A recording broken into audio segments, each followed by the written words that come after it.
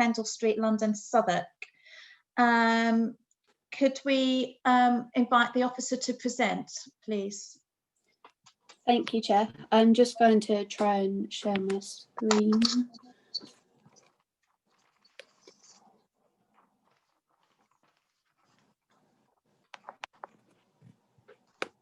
Is that working? Yes, it is. Great, thank you. So this application is for the demolition of the existing garages and maintenance store at Fendel Street, St Saviour's Estate, and the redevelopment to provide a 5-storey residential building containing 16 affordable dwellings. The proposal also includes landscaping works, a ball court and children's play space within the site. A total of 8 public comments have been received, with the main objections relating to daylight and sunlight, privacy, impacts on wildlife, noise, antisocial behaviour, and the overall scale of development. The proposal would result in the loss of 22 garages and 8 forecourt parking spaces associated with the estate, which do not have any policy protection.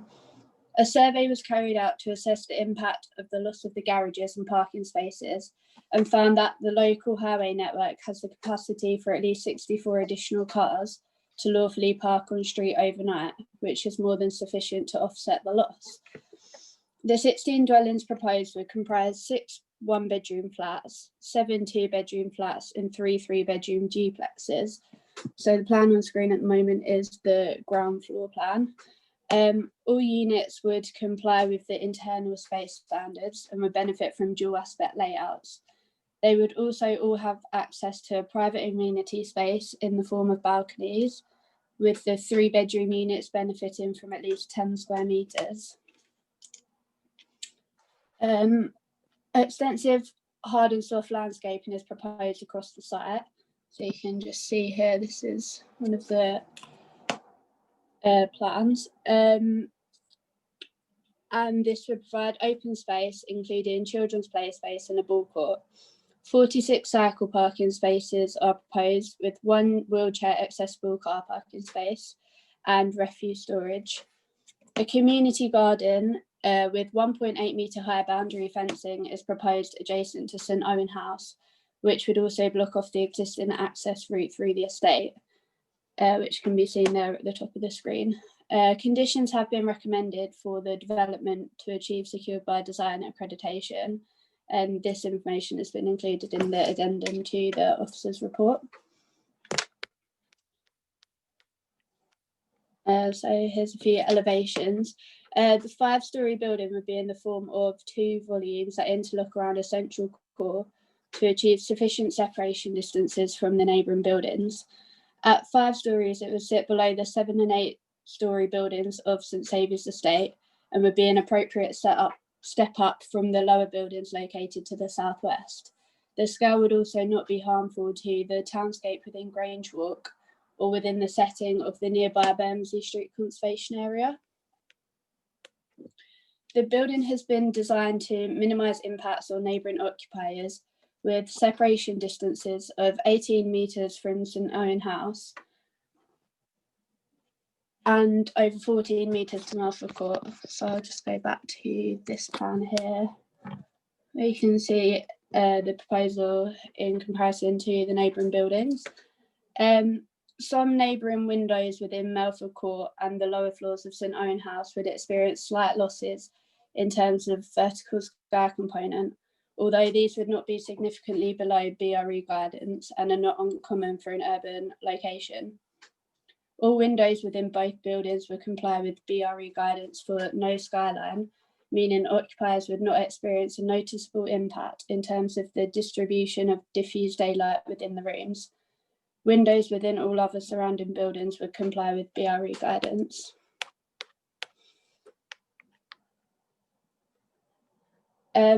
The proposal would include the removal of 1 category B tree and 1 category U tree, whilst retaining all other trees on site. A total of 17 new trees are proposed to be planted, which would result in a net gain of trees and biodiversity. A biodiverse roof is also recommended to be secured via condition. And here are a couple of CGI views of the proposed building.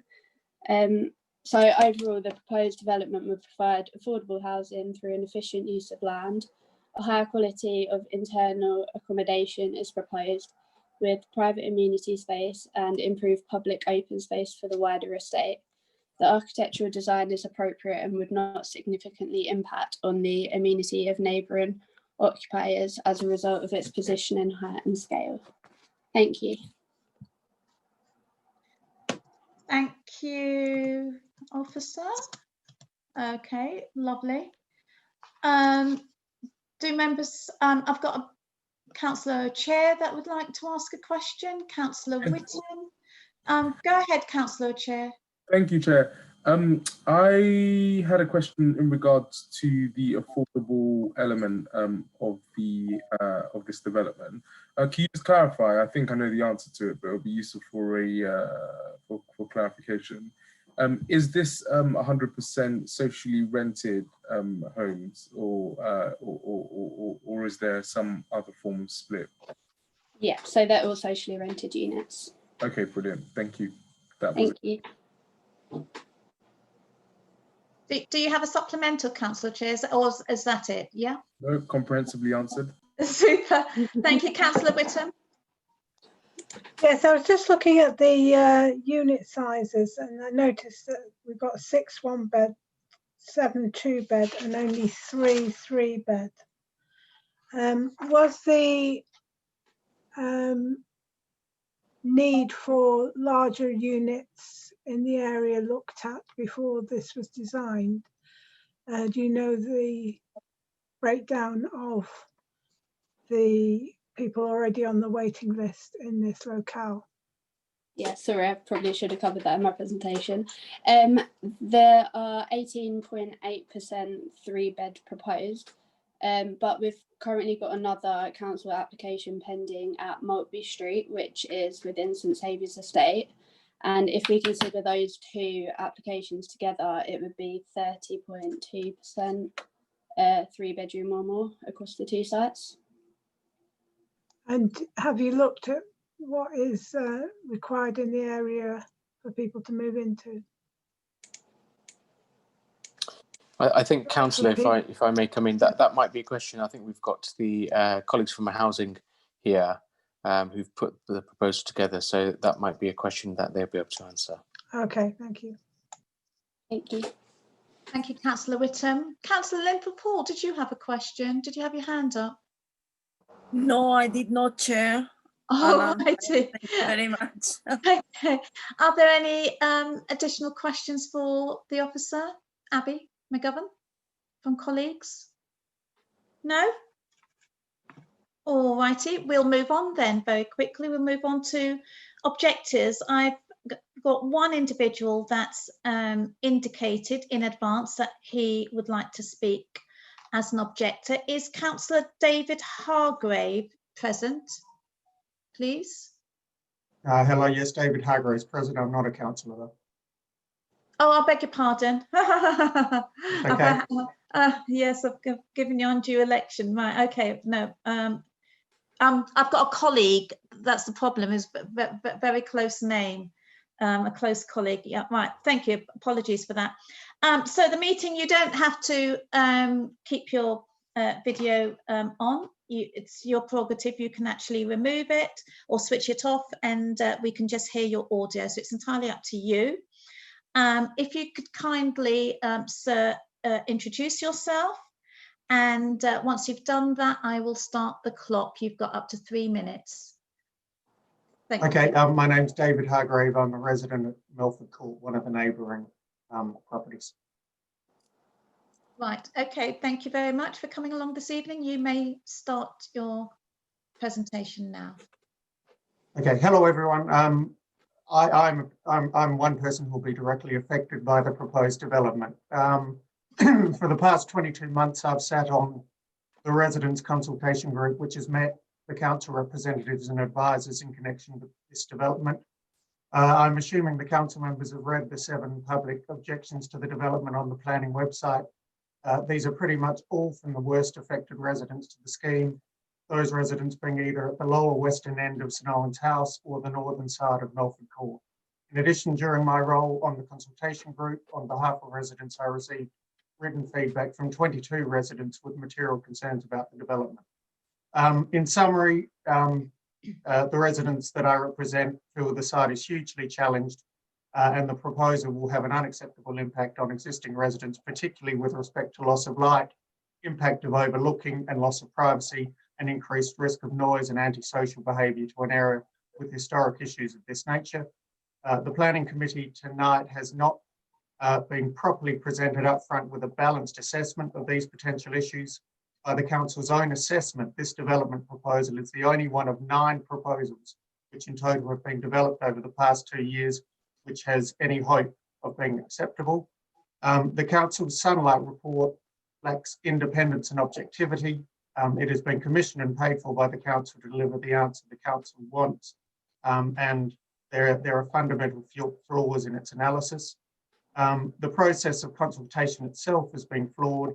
The hope of a proper informed process of engagement and compromise with the residents to work through the clear challenges that exist here, and an objective which the residents since November 2018 have promoted and sought to engage with the Council on, have been either ignored or rejected. The proposals lack fairness because they unacceptably impact a select minority. But the Council report these issues are outweighed by collective aggregate compliance on things like sunlight, and because on balance issues are outweighed by the overall benefit of new housing to Southwark. It is wrong not to look carefully at the individual impact of this scheme on residents. Accordingly, the scheme should be rejected to enable proper informed engagement to find a form of proposal which would have overwhelming resident support. This has been the collective desire of residents throughout the process, and which we strongly believe can be achieved. Recognising 3 minutes is a very short time to put forward issues.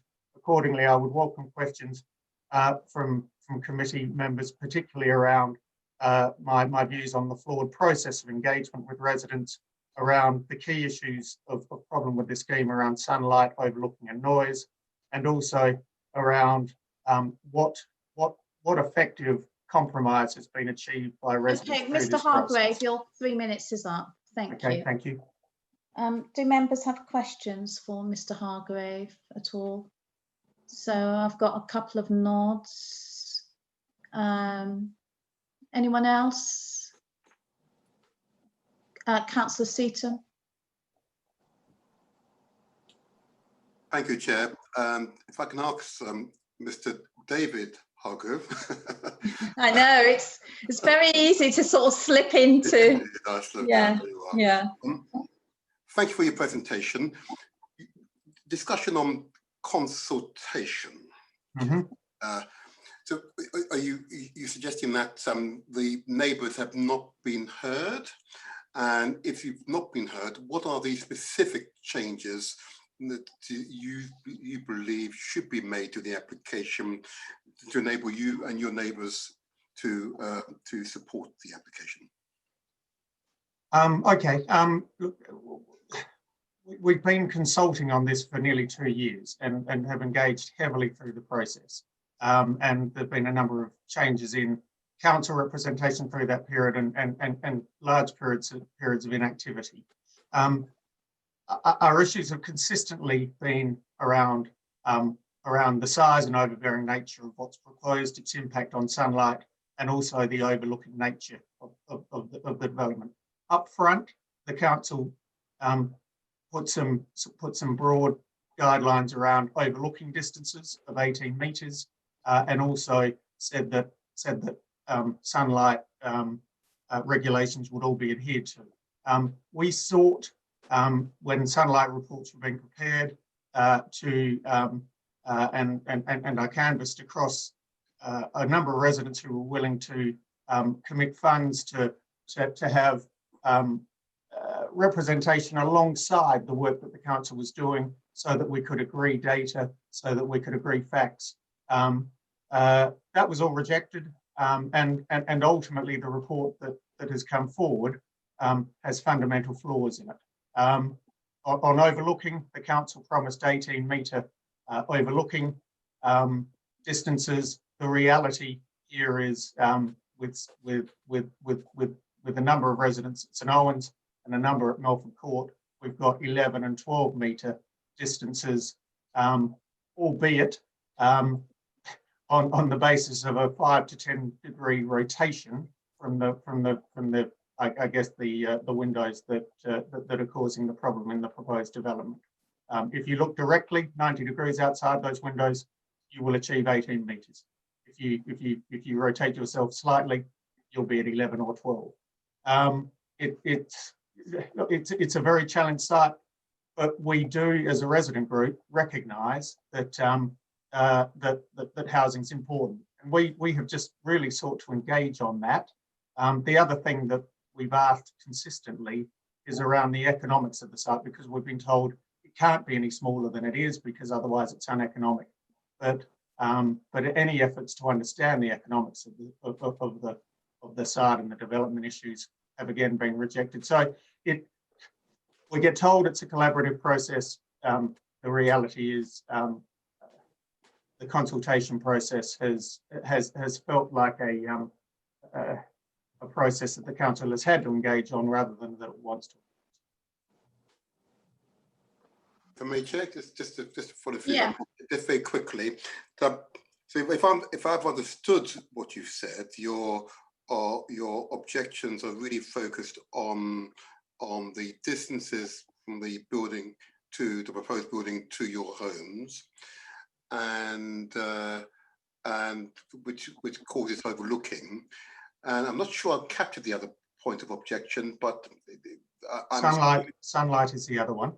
Okay, and of course, as you know, from planning point of view, that's guidance. And what are the objections? Sorry, just to make sure I've got it right. And noise. And you mean during the construction phase? No, also because effectively the area where this is proposed is almost like an amphitheatre of sound already at the moment because of the large buildings that neighbour the whole area, and noise is and because there is some open space within the buildings. You know, the reality is it is an area which is conducive to either outside occupation on stairwells or in the area between the buildings, and a number of residents I've spoken to are really worried about where those noise levels, which are considerable, particularly during the summer when windows are open at night, and you know, particularly on a weekend or later in the week in the evenings, you know, the noise levels within the area, you know, are at times, you know, extremely significant, and nothing has been done around assessing that issue by the council in its assessment of this issue. Okay, thank you, Chair. Thank you, for Mr. Hargrave. Thank you, Councillor. Are there any other colleagues that would like to ask Mr. Hargrave any questions? If that's not, I don't have any questions at this moment in time. Well, I thank you very much for coming along, Mr. Hargrave. Thank you very much for your presentation. Good evening. We turn to the applicant's agents. Again, in advance, there's a Mr. John Leenan and Miss Purdy Whitting that have indicated that they would like to speak. Are they present? Yeah, present. Right, who's that? Oh, John Leenan. What about Purdy Whitting? Yeah, Purdy's present as well. I'll actually be taking the 3 minutes myself. Right, okay. That's absolutely fine. So I think you've understand the proceedings now. If you'd like to introduce yourself, and then I'll time you thereafter. You've got up to 3 minutes. Mr. Leenan. Yes, I'm John Leenan from Bell Phillips Architects, the agents for the applicant. Okay, when you're ready, you may begin your presentation. Thank you. Thank you, Chair. I'd like to talk a bit about the consultation process, how we've listened to concerns raised by residents along the way, and how that's fed into a scheme which I think will be a sensitive and high quality addition to the estate. The first public consultation event was back in November 2018. We showed a 6-story building containing 21 flats. Over the course of the meeting, since the form of the building has been adjusted, the height reduced and the number of flats reduced to 18 and then to 16, all as a result of feedback from residents. One of the principal concerns, as we've heard, raised by residents was around the impact of the new building, the impact it would have on privacy. So we developed the form of the building through several iterations until we got to the current arrangement of 2 interlocking blocks, which are designed to look past the neighbouring buildings. After more input from residents, we added privacy screens to balconies and also deep vertical fins to the windows, which will funnel views at 90 degrees out from the building and limit views to either side. We've included 17 new trees in the landscape proposal, as we heard, and these have been located to help screen the new building. In terms of height, the proposal sits among buildings ranging from 3 to 8 stories. We'd originally proposed a 6-story building to sit within that range, but obviously, as we've heard, the feeling was that was too tall. So we've reduced the building down in height to 5 stories. The landscape design, we also developed through consultation with the residents, figuring out, first of all, if there were issues on the estate that could be fixed as part of the project. A good example of this is how we were made aware that the blank end wall of St. Owen's house encourages antisocial behaviour as it's a blind spot.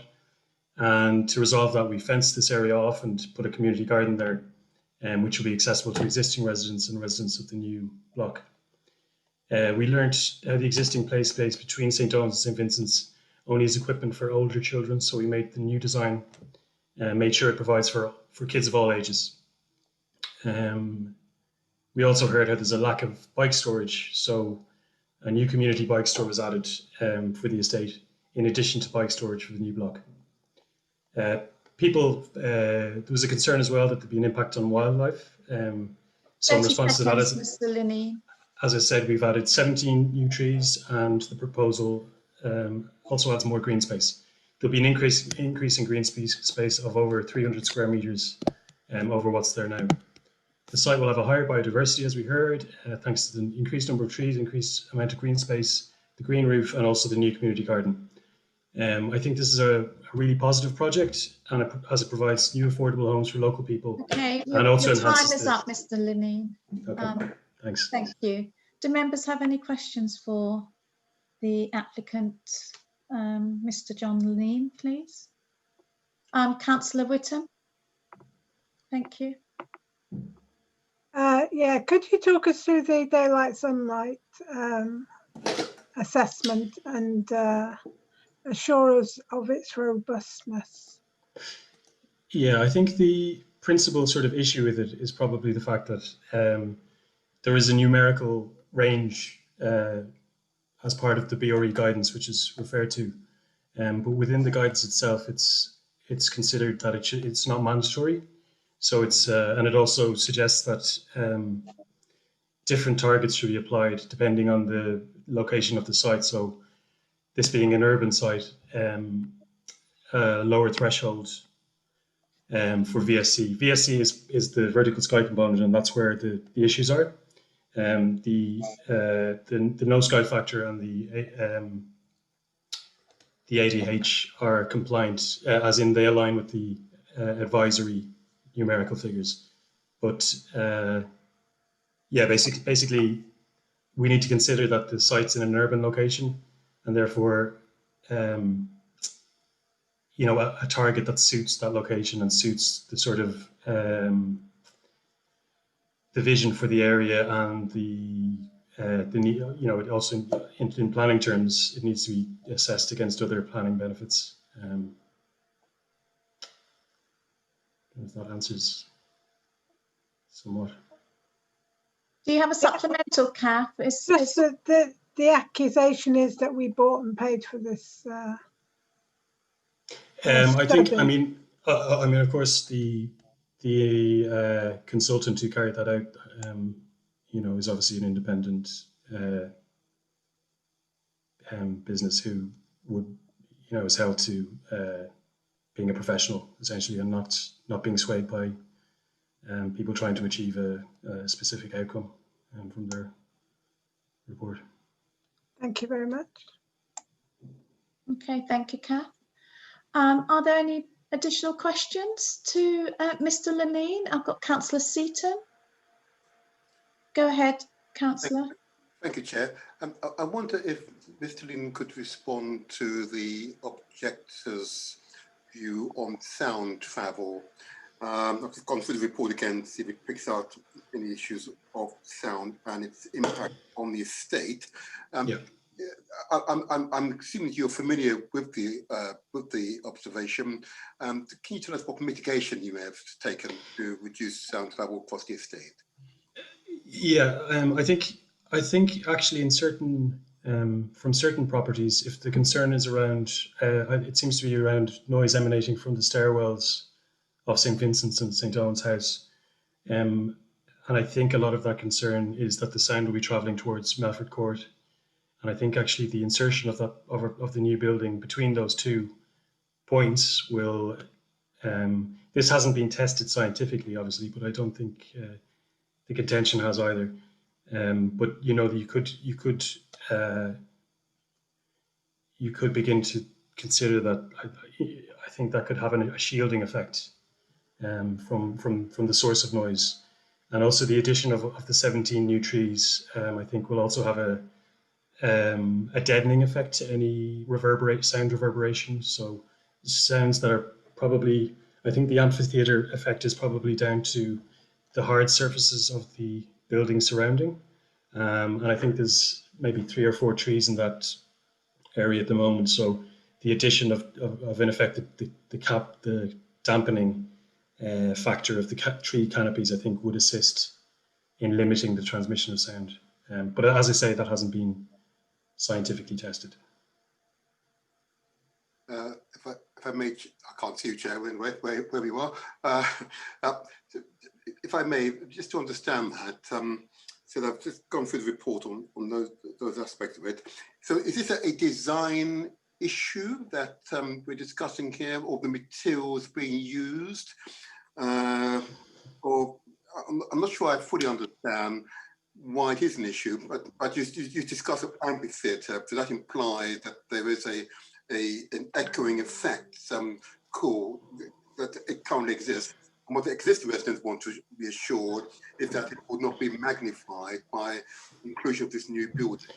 So I just want to understand how you've mitigated it. You mentioned some trees, but is there materials? Is there change of materials in response to the observation? What else have you done? Well, I mean, as I say, we haven't actually addressed it in design terms. I mean, we haven't been presented with a problem in design terms that, you know, we haven't, it hasn't been, you know, we're not, so I don't know if the addition of a new building would actually, would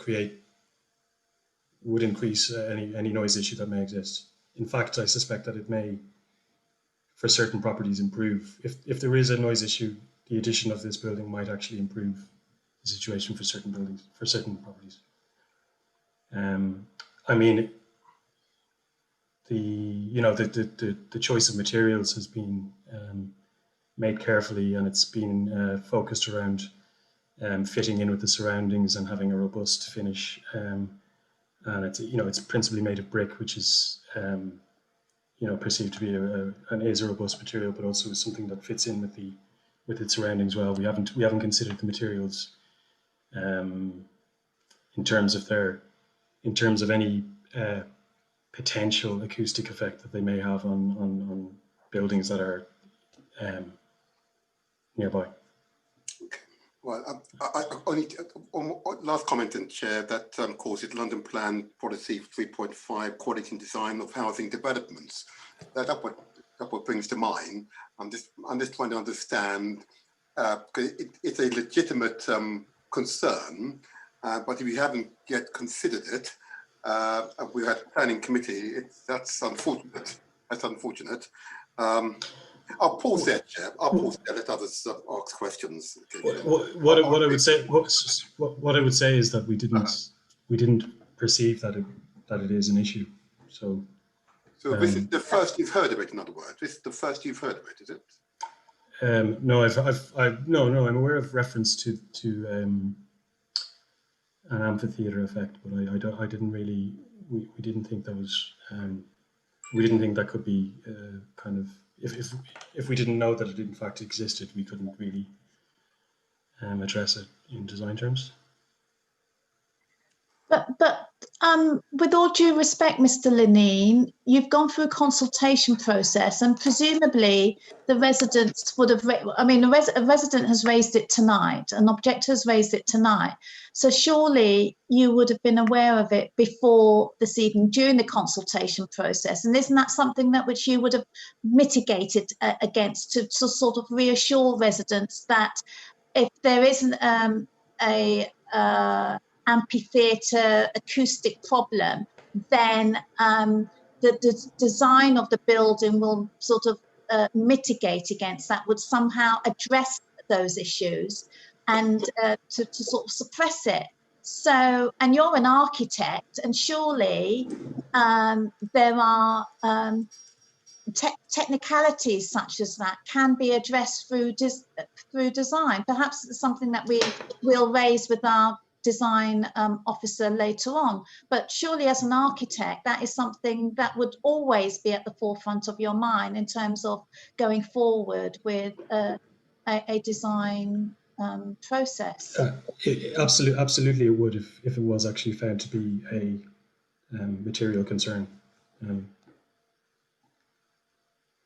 If it was, if we'd found that it was an issue, we would certainly have. But did you actually investigate? Did you take any? What did you do to address that? Because obviously it's come to your attention before now. So how did you address it? What measures did you take to address it, or did you just completely ignore it? No, as I said earlier, I think the addition of the soft landscaping would go some way to, if such a fact issue exists, it would go some way to mitigating that. And also, as I say, the position of the building will actually shield existing properties from the perceived source of the noise.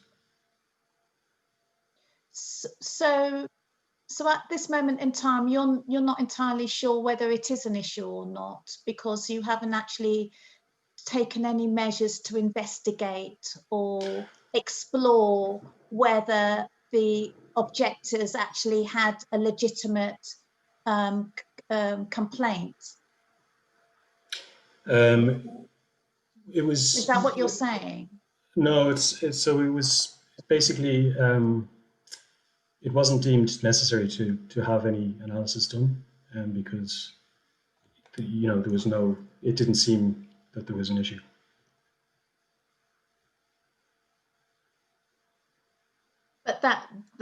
But your assumption is not based on any sort of explorative measure. It's just one person's opinion, is it? It's based on visits to site and assessment and experience and No, I don't know. That's why I'm asking. And that's why Councillor Seaton is. It's all of those things have just. So yes, it's based on being down on site and noticing that there wasn't a sort of echoing effect created by the surrounding buildings. Right, okay, we'll move on. Councillor Whittam, sorry. You'd like to ask a question? Yeah, I note that the ecologist was happy with the bat survey, but requests conditions for a biodiversity roof and swift nesting boxes. I haven't been able to locate that anywhere in the report. So there is currently a green roof on the building, and the condition means that we will have to provide the swift nesting boxes. How many? I think it's probably I don't have that number to hand. I think it's probably in the condition. I'll ask the officer to clarify. Thank you. Are there any further questions for Mr. Laney and colleagues? No? Got a shaking of the heads? No, no. All righty, thank you very much, Mr. Laney. Thanks very much. Thanks. Okay, righto. So we move on, colleagues, to supporters. Is there anyone that lives within 100 metres of the development that would like to speak in support of the application? I'm not aware that anyone was due to come to the meeting this evening. So if that's not the case, then we move on to ward councillors. Councillor O'Brien, are you still present in the meeting? Oh, yes, you are. Would you like to speak on this application, application? I actually hadn't intended to, but I will very briefly.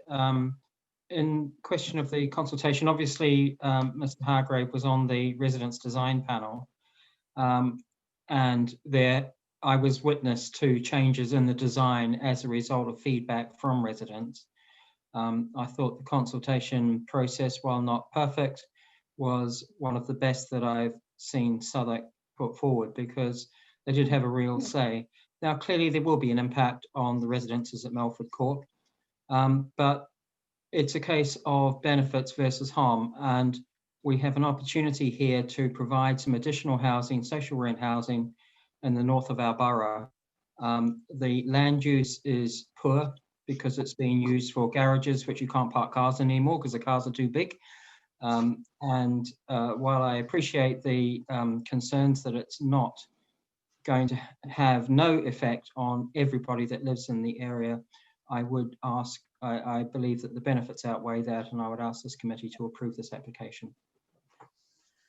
Okay, thank you very much. That was very succinct, Councillor O'Brien, and helpful to committee members. So, committee members, oh, right. Oh, Councillor Seaton, yes, you're shaking. Thank you, Chair. If I may ask Councillor O'Brien, the issue of the amphitheatre effect and the potential impact it might have on residents, because I'm just aware that if we don't deal with these matters at this point, it will remain a persistent problem for decades to come. Have this concern been expressed to you, and are you satisfied with the mitigation that the designers have put in place? I'm satisfied that what we will have as a result of this development is going to be better than what we've got now. I do acknowledge the amphitheatre effect, but I believe that with the construction of this block, it will not be worse. If anything, it will be better, but I can't see how building this block will make it worse. I think it'll either be the same or better than what it is at the moment. Thank you, Chair. Thank you. Any further questions, Councillor O'Brien, colleagues? No? Okay, thank you, Damien. That's really helpful. Thank you for coming along and staying for the duration of this meeting tonight. So, colleagues, we move to the debate or a decision. I'm quite happy, notwithstanding, issues raised around the sort of amphitheatre. I think if there's a void, then a building, and with the landscaping that has been proposed, I think that would go some way. I was a bit disappointed, I have to say, with the response from the applicant. It didn't seem to be too appeared to be a little bit vague on these matters, but I know sufficiently enough to about the sort of the amphitheatre echoey effect, that if you put a building in the middle of it, then it somehow mitigates against that, and with a bit of landscaping too. But do members have any other comments to make? I mean, obviously I welcome the affordable housing. Any other further comments? Are we likely, right? Martin and Jason. Martin first. Chairs first. I think chairs first. I think considering the the ambition for us to address the need for the very much needed housing in the borough. I think it's welcome to see this development and 100% of it being dedicated to council tenants that so very much need the housing at this time, and in helping us to address the our target of building more homes and providing it to those who need it most. So I welcome this application. I do know some of the minor problems that come with it, but I think on balance, I think the benefits certainly outweigh the shortcomings of this application. So I'm minded to accept this application. Thank you, Councillor Chair. Thank you very much. Councillor Seaton. Equally so, but I'm very conscious, as I said earlier, that this is a time which, if there are issues that affect a particular estate, this is a time to deal with those issues. Otherwise, they may not be dealt with for decades to come. And if there is an issue of an amphitheatre effect, which could very well affect the quality of life of those who live on the estate, and not just because the council is the landlord, there should be any less than if the landlord is Lord Grosvenor of Westminster. We should apply the same standard across the piece. So I'm wondering if there is an opportunity here, and I'll be guided by Mr. Lynn or other planning experts here, for us to put a particular condition which allows this issue to be addressed either through additional landscaping or materials, just so that we are responding positively to residents' concerns. I can see this as being a persistent problem, which I recall in the state which no longer exists in Peckham, where that was a persistent issue, but it could not be dealt with because it's part of the design of that building. This is an opportunity to deal with the issue. I believe we should, if, again, I'll be guided by Mr. Lee and others, how can we positively respond to concerns expressed by the residents? I'm wondering, Chair, for you, if Mr. Lee or others could respond. Well, just before we go to, well, we've got our own design officer here, so perhaps we haven't heard from him yet, so perhaps we ought to hear from him first, and then we can invite Mr. Linney to come back to us. But just to remember that we've got this application before us, so it's about it's a question of whether we can put some additional conditions, all right, to the current proposals in terms of whether it would be materials, building materials, or whether it is additional landscaping. So just to be mindful of that. Is our Mr. Craig? Yes. Yes. Hello, Chair. I'm cautious of changing the building materials at this stage to try and absorb any reverberation of sounds, given that they've been carefully selected over time to try and sit comfortably with the estate. So I think the real answer is probably the landscaping. I think that's the one that's going to absorb most noise. And I think that's a relatively straightforward condition that we can do to work up further details of landscaping. It may be that it's a matter of moving the tree covers around just to make sure.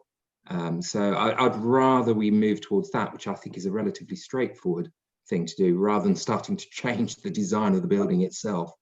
Because yes, there are materials that absorb noise better, but I'm not sure you'll want to see the changes that will require in terms of the elevations. Okay, so thank you very much indeed, Mr. Craig, for that. That's helpful. Do you find that helpful, Councillor Seaton? Would you be happy, and would colleagues would be happy for us to put in an additional condition that the applicants pay attention to the landscaping to mitigate any, and that some sort of investigative work is undertaken to look specifically at that? Because with all due respect, Mr. Lenine, you were quite vague on this matter, and you didn't entirely convince me that it had been suitably addressed in the proposal before us. So would you be happy to do that, to undertake that? Mr. Lenine, I'm referring to. Yeah, yes, Chair, absolutely. I think we'd welcome that condition. Right. Okay. Thank you. Thank you, Chair. Thank you, Chair. Thank you. Yes. Sorry, Chair. May I just come in on that? Yes. I mean, your summary is absolutely right, because if we've got two reflective surfaces and any building intervening there, will actually reduce it. So the plans that are proposed would reduce the amphitheatre effect. Having some additional mitigation in the landscaping would further enhance that. We do have a condition recommended, condition number 11, regarding landscaping. So the wording of that can be amended if members were so minded to include acoustic mitigation. Righto, thank you very much indeed. So recommendation number 11 is the wording is revised to specifically look at additional mitigating factors to address the amphitheatre effect. I don't know, is that a real term? I don't know. Is it amphitheatre effect? But anyway, I'm just thinking gladiators every time I say it. Righto. Any other further questions or comments from colleagues? No. Can we go to a vote then? Can I propose? Therefore, I propose. Would somebody like to propose? I'd like to propose that this application is accepted, including the conditions for which we've noted. Also, I'll second that, Chair. Yeah, that's condition number 11. That it's the wording is amended to mitigate and investigate further landscaping installations to mitigate against the amphitheatre effect. There we go. All righty. Okay, and we've got a seconder. Thank you, Bill. Yes. Okay then. So, colleagues, again, we go through the roll call. We've got a motion. We've got a seconder. So I'll just find your names just to make sure. So we will now move to the vote. I will call on the voting members of the committee by name and ask them to declare whether they vote in favour or against this motion or wish to abstain. So I begin with Councillor Maria Linford Hall. For, against or abstain? Councillor? For, Chair. Thank you. Councillor Kath Whittam, for, against or abstain? For, Chair. Thank you. Councillor Jason McKay, for, against or abstain? Thank you. Councillor, he's not here, I beg your pardon. Councillor Martin Seaton? For, Chair. Councillor Bill Williams? For. And indeed, I for. I am for. So that motion is carried. And colleagues, thank you very much. It's been quite a long evening. I thank you for your patience in terms of as our officers address the technicalities. We apologise for Councillor Neil for having to leave the meeting. I thank reserve members for joining us this evening. I thank officers, and I bid you a good night. Good night. See you soon. Thank you. Good night, Bye-bye. Good night.